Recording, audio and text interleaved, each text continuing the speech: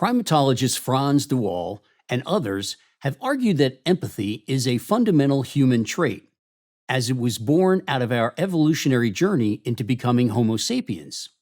He argues that empathy is a necessary characteristic of members of human society.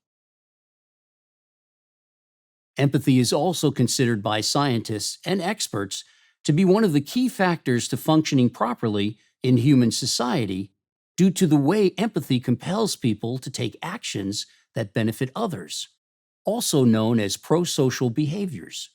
In many interpersonal communications, empathy can help foster understanding by getting at not only what someone is saying, but why they're saying it. According to Psychology Today, empathy is the capacity to be aware of others' emotions and to understand what someone else might be going through mentally and emotionally. A person exhibiting empathy may also be able to understand others' emotional responses, even if they don't feel the same emotions themselves.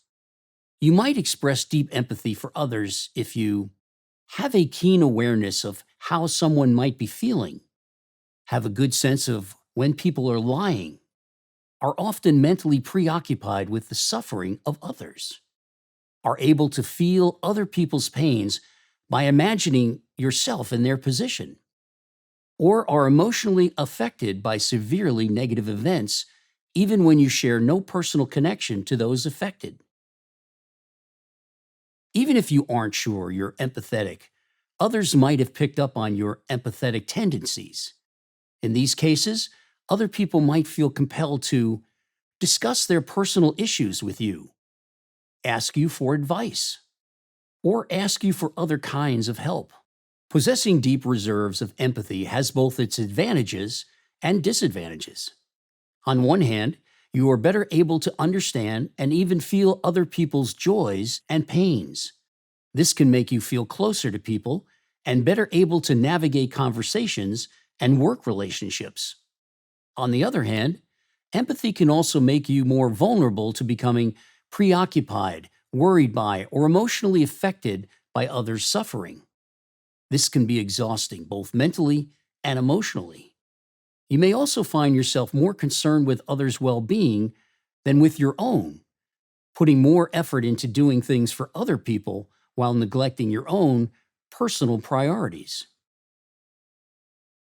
In certain cases, you might even act in ways that go against your own reasonable interests. For example, showing up late to work because you helped a lost stranger find their destination. Being empathetic does not always mean you will emotionally experience what another person is feeling. Certain kinds of empathy are more mental than emotional. People exhibiting such responses will often be able to recognize what the other person is going through emotionally or mentally, but won't necessarily feel it themselves or experience the adverse effects that often accompany strong emotional reactions.